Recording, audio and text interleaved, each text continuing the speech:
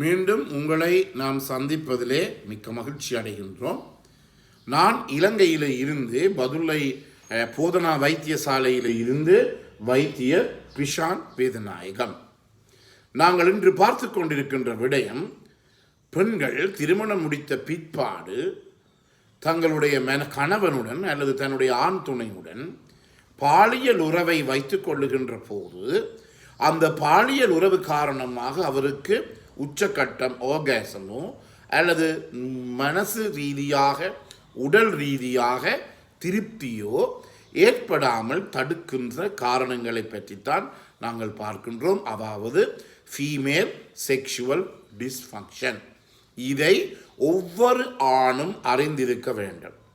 அதாவது முந்தைய காலங்களிலே திருமணம் என்பது கல்யாணம் முடிஞ்சோன்னு 2 பேரும் சேர்ந்து இருக்கிறது, பிறகு பிள்ளை போடுறது, அப்படி அல்ல. இப்போது பலதரப்பட்ட பிரச்சனைகள் எங்களுடைய பெண்களுக்கோ எங்களுடைய ஆண்களுக்கோ ஏற்படக்கூடியதாக இருக்கின்றது. இந்த அறிவை ஒவ்வொருவரும் பெற்றிருக்க வேண்டும். கூடுதலாக ஆண்கள், திருமணம் முடிக்கின்ற ஆண்கள், முடிக்க இருக்கின்ற ஆண்கள், முடித்த ஆண்கள் அறிந்திருக்க வேண்டும். இதன் மூலமாகத்தான் அவருடைய பிரச்சனைகளை அவர்கள் எதிர்கொள்ளக்கூடியதாக இருக்கின்றது. உதாரணமாக, அண்மையிலே ஒரு பெண் என்னிடம் வந்து அவர் தொலைபேசியின் மூலம் தொடர்பு கொண்டார், கதைத்தார். பிறகு நேரடியாகவும் என்னை வந்து சந்தித்தார். சந்தித்த போது அவருக்கு என்ன பிரச்சனை இருக்கின்றது என்றால், இந்த கணவர் ஆண்கள், அவருடைய கணவர் சொன்ன பிரச்சனை இதுதான்: என்னுடைய கணவர் ஏதோ எல்லாம் செய்கிறார், என்ன என்று எனக்கு விளங்கவில்லை என்று சொல்லி. அப்போது நான் கேட்டேன், உங்களுக்கு இந்த ஆண்கள் சுய இன்பம், அதாவது கைப்பழக்கம், மாஸ்டர்பேஷன் செய்கிறார்கள் என்பதை பற்றி ஏதாவது அறிவு இருக்கின்றதா என்று சொல்லி அவர் சொன்னது இல்லை. எனக்கு அப்படி ஒன்றுமே தெரியாது டாக்டர். எனவே அது அந்த பெண்ணினுடைய பிழை. எனவே அனைவருமே தங்களுடைய உடலை பற்றியும் பாலியலை பற்றியும் அறிந்திருப்பது மிக முக்கியமான ஒரு தேவையாக இருக்கின்றது. நேற்று கூட நான் ஒரு திருமணத்திற்கு பதுளை மாநகரில் சென்றிருந்தேன். அந்த திருமண வீட்டிலே உண்மையாக நான் மிகுந்த ஒரு நேர பிரச்சனையோட இந்த பிஸி ஷெடியூலில் தான் நான் அங்கே போயிருந்தேன். இதற்குரிய ஒரு 50 பேர் வந்து என்னுடன் கேட்டு போனான், டாக்டர் உங்களுடைய நிகழ்ச்சியை நாங்கள் பார்க்கின்றோம், மிகுந்த பலனளிக்கக்கூடிய ஒரு நிகழ்ச்சியாக இருக்கின்றது என்று சொல்லி. எனவே மிகுந்த சந்தோஷமாக இருந்தது, ஒரு ஆரோக்கியமானதாக அது இருந்தது எனக்கு. என்றபடியினாலே இதை பற்றி நாங்கள் முழுதுமே அறிந்திருக்க வேண்டும். இதுதான் மிகவும் முக்கியம்.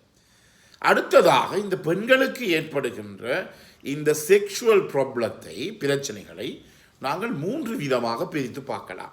எனவே இந்த நிகழ்ச்சி உங்களுக்கு பிடித்திருந்தால் யூடியூப்பிலே பார்ப்பவர்கள் மறக்காமல் லைக் பண்ணுங்கள், ஷேர் பண்ணுங்கள், மணி சின்னத்தை அல்லது பெல் சைனை அமுழ்த்தி சப்ஸ்கிரைப் பண்ணுங்கள். இன்ஸ்டாகிராம், டிக்டாக்கிலே பார்ப்பவர்கள் ஃபாலோ அப் பண்ணுங்கள். அதே நேரத்தில் இந்த நிகழ்ச்சியை பார்க்காதவர்களுக்கு இந்த நிகழ்ச்சி உங்களுக்கு பிரயோசனமாக இருந்தால் அவர்களுக்கு கூட இந்த நிகழ்ச்சியை நீங்கள் ஷேர் பண்ணலாம் அல்லது அறிமுகப்படுத்தலாம். நேரடியாக தொடர்பு கொள்ள விரும்பினால் வெளியூர் அன்பர்கள் இமோ ஊடாக அல்லது வாட்ஸ்அப்பின் ஊடாக 009477756245 மூலம் தொடர்பினை மேற்கொள்ள முடியும்.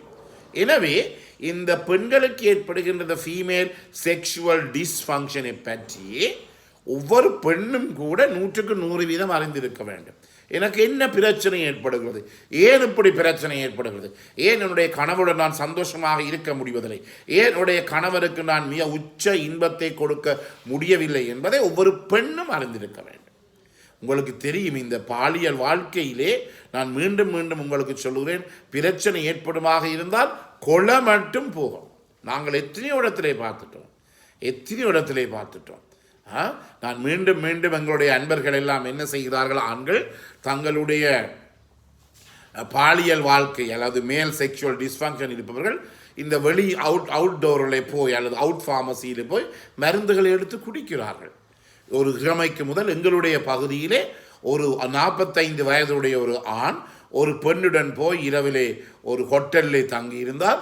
காலையிலே அவர் பிணமாக இருந்தார். அந்த பெண் கைது செய்யப்பட்டார். அந்த பெண் அவருடைய மனைவி அல்ல. அதுக்குரிய காரணங்களை நாங்கள் பார்க்கின்ற போது தவறாக பாவிக்கப்பட்ட இந்த மருந்து வகைகள் தான் காரணம் என்று சொல்லுகிறார்கள். எனவே இவையெல்லாம் கவனித்துக் கொள்ள வேண்டும். எனவே நாங்கள் ஏனோ தானோ ஒன்று இருந்தால் மரணம் மற்றும் இந்த பாலியல் பிரச்சனை இது எங்களுடைய பதுளை மாநகரத்திலே ஒரு 4 நாளைக்கு முதல் நடந்த ஒரு விடயமாக இருக்கிறது. எனவே தான் இந்த மருந்துகளை ஓவர் த கவுண்டர் மூலம் வாங்க வேண்டாம். ஒரு வைத்தியருடைய ஆலோசனைப்படி எப்படி இந்த மருந்துகளை பாவிப்பது என்ற ஆலோசனைப்படி தயவு செய்திடுங்கள். காசை பார்த்து கொண்டு உங்களுடைய உயிரை பணயமாக்க வேண்டாம்.